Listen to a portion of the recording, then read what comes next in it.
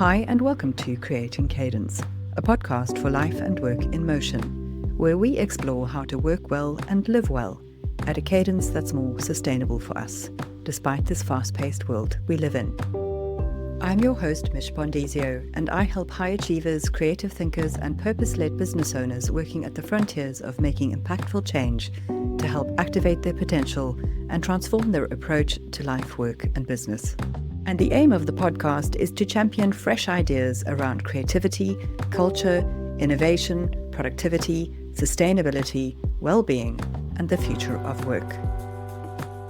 This is episode 79, the second of Lucky Season 13, published in late April 2025. The theme for this season of the podcast is sustainable business approaches and regenerative flexible working practices. In today's episode, I speak to Larry Brangwyn, founder of Ethical Pixels, a purpose-led web and UX design studio. We explore how Larry integrates ethical thinking and sustainability into both the company's digital services and the way that it operates. Whether you're a founder, freelancer, or creative team leader, Larry's insights offer a grounded and practical guide to doing digital work more sustainably, ethically, and intentionally, and I think you're going to enjoy it. But before we get there, some news and updates from me. So now that I'm a Magic Mind ambassador, in this season I'm going to be sharing a little bit more about my experience of using this mental performance shot. But I've had some DMs from listeners asking about the subscription, so let's start with that. I've been taking Magic Mind since January 2025, and these little mental performance shots come in 15-bottle or 30-bottle cases. And that's because the recommended dosage is either 1 per day or 1 every 2 days. It all depends on your productivity requirements. When you select a subscription, it gets delivered to your home every month, and there's an easy pause or cancellation process if you decide to stop at any time. They also offer a 100-day risk-free trial with a 100% money-back guarantee. If you're based in the US, you get free shipping, but there's a fee if you live further afield. Now, I'm based in the UK, and I found that the ordering and delivery process is easy and friction-free. But wherever you are in the world, they've got you covered because they ship to over 65 countries. And the good news is that they're carbon neutral, so you can expect the delivery to be earth-friendly too. Now, Magic Mind is a premium product with high-quality ingredients, so it's not cheap, but it becomes more affordable if you choose the subscription, and you'll get even better value using my special discount code for this month, which is Cadence APR, which gives you up to 48% of your subscription. Head to magicmind.com/Cadence APR to set up your Magic Mind subscription. So as I've mentioned in the last episode, I've just completed a Vedic meditation course, and I've been astounded by just how amazing the experience has been so far. Vedic meditation, like some other forms of meditation, is known for a host of health benefits, including improving our heart health, boosting our immunity, and helping us to manage things like stress, anxiety, and depression better. It also helps us to connect with our creativity and our deeper self and unlock more of our focus. And these last three are the reasons that I specifically wanted to explore this style of meditation, and I'll report back on the effects on those in coming months. But what I've noticed immediately is the profound effect it has had on my sleep in the last 2.5 weeks. You see, I'm in perimenopause and my hormones are getting up to all kinds of shenanigans. So getting enough sleep has become a real challenge for me. I have literally tried everything to try and improve my sleep architecture with very mixed results, sometimes good, sometimes bad, but not always great. What I'm finding with this particular meditation is that I still feel more rested and energized with the sleep that I'm getting. I'm finding the results so far have been better than doing things like taking magnesium or other supplements, doing more exercises, and all of the other things that the experts tell you to do. So even though it's a time commitment, I'm sticking with this practice of 20 minutes twice a day because it's working for me. If you're curious to find out more about Vedic meditation, I've added some resources to the show notes on the website. And the last bit of news is a bit unexpected, but also exciting. It was recently recommended that I consider applying to become a Fellow of the Royal Society of the Arts because what I do in terms of social impact and creativity is aligned with the mission and the vision of the RSA. If you haven't heard of this before, the Royal Society for the Encouragement of the Arts, Manufacturers and Commerce, commonly known as the Royal Society of Arts, or the RSA, was founded in 1754, so it's a really old organization. And what I love about it is that it champions innovation and making progress across different sectors by fostering things like creativity, social progress, and sustainable development. So I did a bit of research, and because it seemed like a really good fit for the work that I do with Creating Cadence, I decided to apply, and I'm super excited to say that they accepted my application the very same day. So I'm now officially a fellow of the RSA, and I am allowed to put the letters FRSA behind my name. So if you see those letters popping up on my socials, now you'll know why. So with my news out of the way, let's move on to the interview part of today's episode, where I'm chatting with Larry Brangwyn. Larry Brangwyn is the Managing Director at Ethical Pixels, which is a design and UX consultancy with a conscious focus. Larry is a published UX specialist with an extensive track record of creating award-winning online solutions for some of the world's largest brands.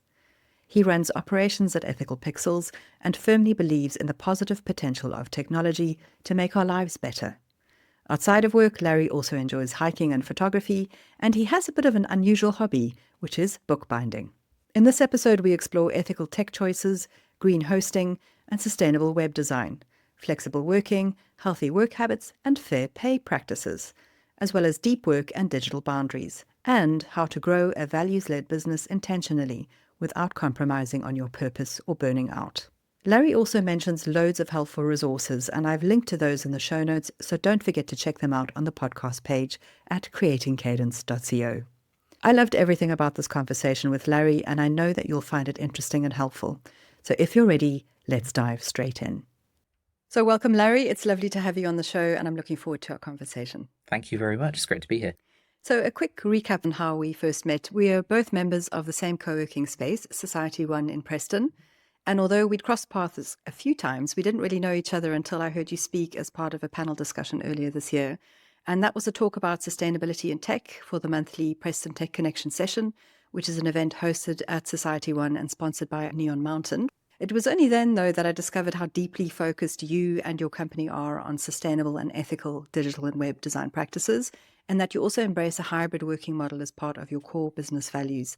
And given that the season is all about flexible working and sustainable business, I knew you'd be a great fit to talk about these topics. Yeah, lovely. It's usually when I get up on a soapbox that people start going, oh, I either want to talk to him or don't want to talk to him any further.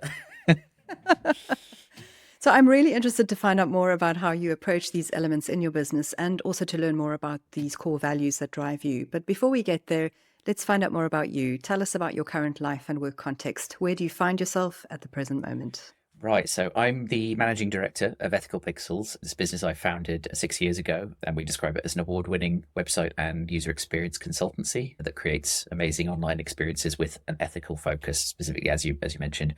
You know, for me, I cut my teeth in an agency setting as a UX designer for financial services and progressed through lead, head of, director, and then weirdly took a brief detour through running a VR studio for a couple of years, mainly to learn a little bit more about the practical aspects of running a business, because you can specialize in an area, but it doesn't necessarily mean you can run a business around it. So it's always a good idea to get that perspective. And here we are 6 years later, we're doing okay, which is nice. But outside of that, my wife and I are adopting a little boy very, very soon, which is amazing and stressful and all of the things that go with it. You know, I suppose every new parent has that sort of feeling.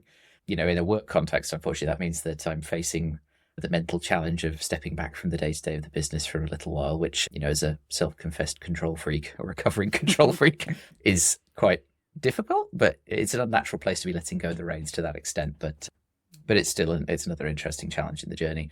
Other than that, what can I say? I volunteer with the Scouts, and I'm an avid photographer who's recently moved to the Fujifilm ecosystem and finding that fun. Oh, interesting. Very exciting news about your future or the impending adoption, becoming a dad. That's super, super exciting, and I wish you all the best with that. Thank you.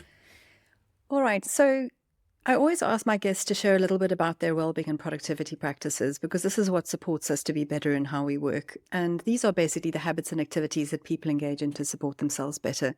What do you do to manage your stress, build your resilience, and be more focused in your work? And what challenges do you experience in trying to maintain those habits? See, it's a big question, isn't it? Because I mean, I'll preface the entire answer by saying I've had my struggles with mental health, as I think a lot of people probably do to some extent, and maybe it's not as openly talked about as it could be. I think it's a lot better than it used to be, but there's still a certain stigma around it. So the first thing I like to do is say, yes, I've had these struggles, and I want people to be able to feel comfortable sharing that as well, because it's important. We all feel stressed one time or another in the work environment and in our lives. So I think that's given me an awareness of the precursors of stress and the little signals that your body is sending, because it is very, very easy to ignore them. And it's very, very easy to slip back into counterproductive habits if you're not mindful of the signs. And that could be different for everyone, but usually it's the body's telling you something and the mind is, trying to catch up or trying to block it out. For me, I just try and maintain a bit of separation, which is, the ultimate challenge for anyone who runs their own business, isn't it? It's because even if you can get physical separation, you don't always get that mental separation. It's very difficult to switch off and not think about it. But I find that, oddly, having physical habits actually reinforces the mental habits quite nicely. Mm-hmm. So, for example, I keep all of my business activity on separate technology, different laptop, different phone, different bits that can go in a drawer at the end of the day. And you can say, right, I finished that. It's a great idea. It is, especially when you work from home, and it's difficult to get that physical separation otherwise, because, some people work from their bedrooms or their living rooms, and that's a space that, really should be for you to relax and enjoy your private time in. I did have an office down the bottom of the garden for a while, but it's gone all moldy, so I need to get that redone. Yeah, but I think things like that to sort of separate. So I like to block bits of my calendar out nicely as well, to make sure that there is time to focus on different things, and also to minimize the stress of any work that you have going on in the moment. So people, if you've ever studied productivity specifically, which I'm sure you have, and quite a few people listening might have done this, that context switching is actually really, really harmful for your productivity, because you get in a mindset and you're doing your certain task. You could be very efficient at it if you've gotten into the zone, but moving out of that and constantly switching backward and forward between different things means it takes time to get established again. So try, wherever possible, to keep those similar things together in order that you don't have to restart. That's a great suggestion, and that attention residue from switching all the time is, as you say, really damaging and very unproductive for us in terms of our output over the long term. So where we are in a situation where we have control over our calendars, I think it's really important for us to experiment with those time blocking activities. I personally also engage in them because I've understood and come to know how effective they are. So thank you for sharing that. All right, let's talk a little bit more about your business, Ethical Pixels. Tell us more about the journey towards building a more ethical business that promotes more sustainable digital marketing and design practices, and which also advocates for better ways of working. What started you down this path, and what does that look like in terms of your business? So I suppose, it's two things really. I mean, what got me in the mindset of starting my own business in the first place was, working for other people or working for other clients, and realizing that some of the things you're asked to do, which are that people have decided this is the way and we're going to do this. And you can look at it and think, well, actually, I'm not really sure that's the right way to go about it. That might actually be counterproductive to the goal you're trying to achieve. And I think a lot of people, in whatever role they're in, probably look at it and think, oh, there must be a better way of doing this. There must be a different way. So that was part of it. And it sort of snowballed, because we actually started out originally as Noble Digital. We had a different name, and it was literally just about bringing the benefits of usability to the smaller end of the market, because at the time, usability, so building things with your users in mind, should be a good thing ultimately. But it was something that mainly was applied at the larger end of the market, and smaller businesses thought they either didn't need it or couldn't afford it. But actually, the gains that could be made there are very significant. But we came to realize over time that it was a more complicated landscape than that. There were other things.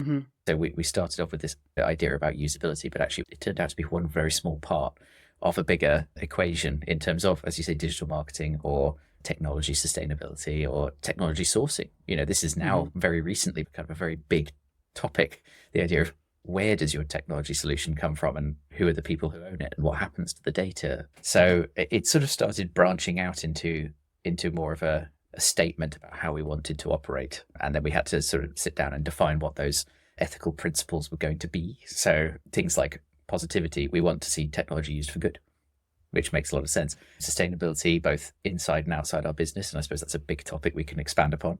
Things like accessibility, making sure that solutions you build are actually accessible to the widest range of people possible. That actually breeds long-term sustainability as well, because the audience is sort of able to access, and the product can last longer. And the final one, weirdly, is honesty and integrity, which is a good principle, but also something that you almost have to take our word for until you work with us, which is sort of a very weird concept to get your head around. But we still think it's an important thing, because we very firmly believe that why we do things is just as important, if not more so, as what we're doing. Absolutely. You're leading by example. Yeah. And if we don't live by those principles ourselves, then why should anyone believe us on anything else? So, yeah. Yeah. Super interesting. So let's talk a little bit more about that sustainability element, both inside and outside of your business. What all does that encompass in terms of, environmental impact, growth strategy, the employment practices that you engage in, and that kind of the various offerings that you have for your clients as well? Yeah, so it's come to mean a lot of different things to us, actually, sustainability. So as you say, there's the carbon and energy sustainability aspect. So we were looking at this and what the market was doing for one. And one of the first things we did in this was to proactively move all of our website clients onto fully sustainable hosting that's powered by renewable energy. That's independently verified by the Green Web Foundation. So it's an excellent way of making sure that we're reducing the impact to our clients for their hosting and anything they're running with us. But it's also a great opportunity to spread the word about it, because with this, you get a little badge that says this site is powered sustainably. And everyone who visits that site sees that and says, why isn't our site powered sustainably? We really should be. So it's a good grassroots sort of movement. And that sort of spiraled out into, promoting more energy efficient technology alternatives. So there's not just hosting, there's the overhead of using different technologies. I mean, one of the hot button items at the moment is the energy overhead of AI technologies, which is massive. Yeah. So we can look at that and recommend good alternatives. And you can go down a rabbit hole with sustainable design principles as well. Everything from materials, if you're doing print and packaging, through to online design principles. It's one of those little ones that are using darker colors, darker shades activates fewer pixels, uses less energy. I mean, we're talking minute amounts here, but every little does go towards better things. And then it started to mean things to us internally about how we worked from an energy sustainability perspective. So at the start, it was just me. It was all remote working. We didn't have money for an office or a point for one. And then as we started growing, we saw no reason to then get one anyway, because, we already established all of the remote working practices and, well-versed in them. So it led to a distributed workforce. So I've got staff here in Preston and Birmingham, and we have partners in London and the South. So it's cut down our own emissions to the point where, we can do most of our work without having to travel, have the overheads of a business. And then that started to lead into the more sustainable business practices as well. So we continued remote operation using the flexible and reasonably priced solutions that Society One in Preston. It's been wonderful because it's meant that we can sort of take some of what we would have otherwise spent on office space and collaboration space and reinvest that into our staff or other initiatives, which really we wouldn't be able to do otherwise. So that's been a massive factor. And then it branched out further into the long-term effects for sustainable business. So treating customers fairly. We've always tried to do that, and that's a subjective claim. But one of the things we've seen in specifically the web design industry is that web designers often offer a site for a very low amount of money, but then bake in the cost into an ongoing support contract where, it's very nebulous what you actually get for that. We're not really sure it builds in value to the client. It's much better for your monthly recurring revenues, but it doesn't seem as fair. It doesn't allow as much choice. So we want really people to stay with us because they want to, because they feel like they have to, or they're locked in. Because we do see a lot with people who move to us, they feel very trapped sometimes by their existing sort of web people. And really it shouldn't have to feel like that. And then furthermore, we started applying that same principle to the staff. We want them to stay because they want to, not because they feel like they have to. So the most recent development in that is we did become accredited with the Living Wage Foundation to pay a real living wage rather than the government branded living wage, which doesn't quite account for living costs. And we started to implement more practices around that flexible working. So we're not coming to an office every day anyway, but we started to encourage flexible working around location. I really don't mind where my team is as long as they're working. So if they could be in a cafe in Manchester or a cafe in Germany, I don't really mind as long as everything's getting done. And we also started shifting working patterns around life events, the stresses, and specifically the black swan events that can crop up, because we really do. I do believe that anyone who can make their job work around their life, that should be the priority order. Is they find this a very powerful, albeit intangible benefit. 100%. I agree with you. And I think for me, I believe flexible working is the way forward. And that isn't just about whether it's a 4-day week or, these are all individual things based on a company and an individual's needs. But what I love about how you've applied it there is that for you, it isn't about where the work gets done. It's about how the work gets done, and not when the work gets done either. And what I love is that you utilize a co-working space as an opportunity to come together when you need to physically, and it's good for mental health. That's one of the reasons why I co-work as an individual. But the rest of the time, people can fit that around their life, as you say. And so it's a very liberating way of approaching work. It's very counterintuitive. A lot of people who are stuck in the traditional mold find this really hard to implement in the beginning. They find it a really difficult thing to get their head around. But once they have the opportunity to experience it, they can see how much it tends to align more with what's important for us and helps us navigate life and work far more easily, I think. Yes, I'd agree. And it's one of those things that one of the pieces of advice, I suppose, is that we as business owners, one of our biggest costs will be staff. It's just a realistic thing. So there's this tendency to want to know that you're using every moment of their time productively, but it's not really how it works. Again, we can forget and become a little bit distant from the times when we were just, employees doing the 9 to 5, but it takes a little bit of a leap of faith. It's just like the interview process is, it should be as much for your potential staff member to interview you as the other way around, because they're coming to work for you. They're coming to spend time and effort for you. So it's this bums on seats mentality that really has to go. I agree. And talking a little bit more about the offering that you have for clients, you've got a really interesting website and you've got lots of resources on there as well, including something called the Ethical Tech Directory. So tell us a little bit more about that. So when we started out, we've sort of really pivoting towards the ethical model. We find that the difficulty is often that the easiest solution is not the most ethical solution. And that probably could be said, historically going back as old as time, really. But what is easy is not always good. It can be, but it's not always. And what we found is that there's this acceptance, this general acceptance that we don't necessarily need to know, we don't want to know, what's happening, as long as it fulfills our needs and ticks our boxes. And I think it's nice to see that is changing slightly, but it's really hard and really time consuming to actually work out what's going on in the tech sector. One of the conversations I have day in, day out with people is, why aren't you on WhatsApp?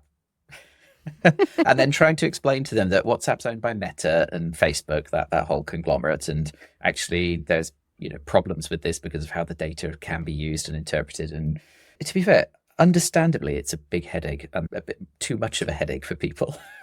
I think back to The Good Place, wonderful television show, where they go into detail at one point, go and visit someone who has lived their life as good as possible. And it's a nightmare because he's worried about treading on a snail, or everything is bad. So he's worked himself into a frenzy just because it's become too complicated to live well.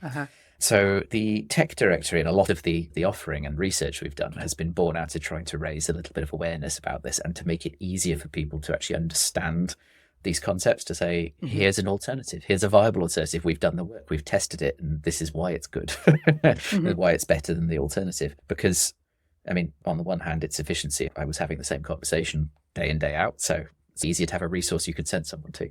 But it also sort of helps to position us as, I don't want to say the word experts, because it's so complicated and so changing, but knowledgeable in this field. So the tech directory was a way to say, if you've got worries about, we used Google Analytics as a good example, because, on a website, you want to know what people are doing. You want to know how they're using your site. The problem is it's not GDPR compliant out the box. It transmits a lot of personally identifiable information to Google. Therefore, you should be, asking for consent before you do it. But a lot of websites fall foul of this, and they're tracking people anyway, mainly because, again, Google aren't jumping up and down to say, oh, you've got to do all these complicated things. They're saying, here's a free product. And by the way, we get the benefits of that data. So we researched and now recommend EU-based alternatives that do not collect personally identifiable information. You can track 100% of your user base. You don't need cookie policies. You don't need cookie notices. So much better. But of course, it's a paid product because, if the product is free, you are the product one way or another. So true. And that and other technologies that we found, there's dozens in there at the moment, but it's a way for people to go in and search by category and find alternatives for the things they're using now. And furthermore, we're now seeing this, I think I mentioned earlier a little bit about where your technology is sourced. There's a very strong feeling that American technology companies are no longer as reliable as they were once perceived to be due to the political situation. So we're seeing some requests from people to sort of divest from American technology, which honestly, I thought we'd be the ones pushing that, but people are asking about it. So, oh, that's interesting. Yeah, it's another thing which will end up in the directory, I think, the source of the technology, so people can make an informed decision, because there is a knock-on effect to every decision you make, unfortunately. This is really interesting and particularly relevant in my business situation at the moment because I'm on a B Corp journey or towards B Corp certification. It's a long journey for me, but part of that is reviewing all of my digital suppliers, my digital processes, etc., and discovering with horror that my website carbon is ridiculously high. And so all of these things are things I'm going to need to change and implement. So I've been looking at your tech directory. I find it very helpful. I'll definitely be using some of the resources you've suggested, and we will share a link to those in the show notes as well. So thank you so much from me personally for creating that resource. Well, I'm glad someone's using it. Yeah. Indeed. Now, the podcast is called Creating Cadence because one of the core themes is about how we build better rhythm, pace, or flow in our work, our life, and our businesses so we can keep moving forward despite the challenges or uncertainties that we may face. So how does what you do help your customers to build or maintain momentum in what they do?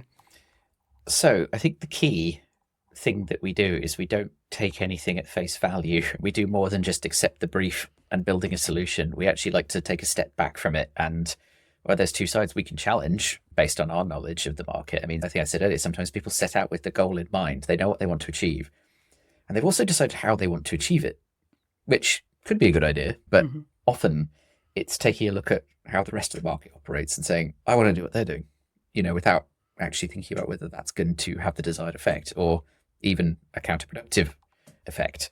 So we can bring that challenge and say, have you thought about this? Have you thought about that? The other side is we could actually provide this useful ignorance. We're not afraid to say we do not know. I think, again, I've lost quite a few contracts, sadly, to people who say, well, you don't have intimate knowledge of this very specific sector, whereas this company over here claims to, so we're going to go with them, which is fine. But we do think that what I call useful ignorance can be quite helpful, because we will be asking the questions that their users or their less informed or sophisticated users might be asking. And that's actually often the challenge in making things work properly is actually catering to their needs rather than catering to what you think their needs are. 100%. And often clients, they think they know what they need, but actually it might be something completely different. And that exploratory discovery phase is so important for both you and for them, and very often that's how you find what the solution's going to be, through the not knowing. And one of my sound bites has become, you kind of get a good sense for who you're working with when you say this as well. They're saying to a client, you're not the user. I'm not the user, but you're also not the user. The user is the user, and we really need to invite them into the discussion one way or another. So I think that has really helped people, where they're receptive to it, to understand and change some of the preconceptions around the work we're doing. And, it's interesting to try and get people to the point where especially with the user experience, we promise a direction. We're not in a position to say, we'll get you 1,000 leads. Because we could go off and get you 1,000 leads. But again, marketers, for example, might be incentivized to get you leads by the shortest route possible, which is numbers. So they'll use every tactic in the book to get the email addresses. It doesn't matter if it's, useful or quality or ethical. Yes, they hit their target.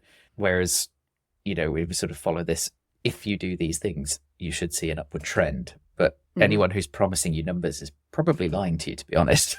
So, yeah, that's one way we've gone. The other way, of course, is this research we're putting out. So again, it's not all the time, but whenever we come up against an interesting problem, we like to put our money where our mouth is and spend some time and effort on it and then make that available to everyone because it's a useful resource. So the most recent example is newsletter subscription pop-ups, those things that appear like subscribe to our newsletter on the homepage, first thing you see, and you've got to get rid of it. Now, our instinct and, best practice knowledge says that's wrong. But we also got a lot of questions, when we said this, people would say, okay, but do you have any data to back that up? No, it just seems wrong. So we decided to go and do the research. And yes, it was very strongly, proven that people hate these things. Yes, me included. Yeah. That's why I don't have one on my website. Good, you see? Yeah, there we go. And there are better ways to do it. And we've explored those as well. So, things like this help us to help other people to do these things better, and they will see better results for them. Yes, wonderful. Well, is there a link to that research that you've done that we can also share? There is, yeah. I'll send you the link. There is. Okay, fantastic. That's good. All right. So this brings us to the final question, Larry, which is all about sharing wisdom. Do you have any words of advice or key takeaways that you want to share with my listeners based on your experience of life and work so far? Oh, gosh, it's quite a thing, the word wisdom. But I'll do my best. Mistakes that you've learned from. That's probably more accurate. Okay. I think I always come back to that, again, business owners, entrepreneurs specifically, we take on incredible stresses and we choose to do this. And it can lead us to feeling quite isolated and misunderstood. And very much if we grow our teams, that the other people working for us don't actually appreciate the stress we're under. And that's fair. We've got to remember that they haven't made that choice and they're not being compensated enough to care to that level. And I think we need to be as aware and flexible as possible in that mindset, because it's so easy to think I'm under stress, so everyone else has to be under stress. Because it's sort of misery loves company to a certain extent. But I think the more we can do to insulate some of that and maintain a fair practice inside and outside our business, the better. And the external one, of course, is, I suppose, the more philosophical one. We live, work, and operate in a system which measures one type of success above all others, and that's financial success. Now, the market and the world in general could be a better place if we collectively stepped back and asked ourselves whether something was the right thing to do or just the, profitable thing to do. And this is it. I think business owners and, former managers of mine in the past might say, well, you're not making the most of your business, because we could increase revenues very quickly. We could get more money on the books very quickly, but the things we'd have to do to get there don't feel right and they don't feel aligned with our values, so we don't do them. As such, we can build a sustainable future for the business as well. I mean, a lot of businesses, when they do that and they get a lot of money in and they start growing rapidly, is they grow faster than they know how to maintain an identity. People come on board, the personality of the business changes because no one thought to document your values or your processes. You just quickly money, money. And therefore you become the same as everyone else. So it's, one of the things that I have learned is, for myself at least, is that we want to hire sustainably as well. We want to hire when we can afford it and only when it's right to do so. So we're not going to jerk anyone around. They feel in it for the long run, and that we'll forego meteoric growth for sustainable growth because it aligns better. I don't know if that answers your question actually, but it does. And I think it's important as though you're talking about a good cultural fit. So, understanding, first of all, that yes, your culture and values may change as you bring on more people, but also if that culture and values is really important to you, that you are hiring for somebody who's going to ascribe to something that aligns with that. Because then obviously, if not, there's a disconnect. And all of what you said ties in with that phrase that I use a lot in my work around the triple bottom line of people, planet, and profit. It's also about building a purpose-driven business. It isn't all about profit. It is important so that you have a sustainable business, but it shouldn't be the be-all and end-all, particularly given where we're heading with our future of work and business. So I think those are really important points that you've raised. Thank you so much. All right, Larry. So where can people find you online? So very simply, we are at ethicalpixels.com. It's all one word. We're also on Blue Sky. I'll include a link for you because it's long to read. But another thing we've done is obviously make the switch to more ethical social media alternatives now that some of our favorites are not necessarily great places to be anymore. But I would really love it because I think weirdly our site does a lot to market our service and products and that sort of thing. But I feel like the most valuable page on our website is actually our ethical statement, which is it's a living sort of promise. It gets updated, but it is a promise to everyone we work with, whether that's clients or suppliers, of how we are going to operate. And because it's sort of like the keystone for me of everything, it's probably more important to me than everyone else. But in terms of how that ripples out, I think it's an important page. And if anyone does happen to read it, I would love to know what they think. Absolutely. Well, we'll definitely share that as well. Larry, thank you so much for your time and sharing so generously about what you do with your work and more about your flexible working practices. And I'm sure as you become a dad very soon, that's going to be put to the test as well. And you probably will need to adapt slightly different flexible working practices to take account of dad duties. Absolutely. Yes, I'll let you know how that goes. That's great. Well, thank you so much for being on the show, Larry. Thank you. It's been really lovely to chat. Wow. We need more companies like this out in the world, setting the example for what good business practice looks like in the world. Larry shared so many helpful and simple to implement tips and insights, and I hope that this conversation inspires you to think about how you can make positive change in your organization too. So thanks for listening. I'll be back in a few weeks with the next episode, which is an interview with Deborah Smith, the co-owner of a planning company that have implemented a 4-day working policy in their business. Until then, keep moving forwards with courage, curiosity, and cadence. And a few last things before you go. Don't forget that you can get up to 48% off a Magic Mind subscription using the code CadenceAPR. Head to magicmind.com/CadenceAPR to get your Magic Mind subscription.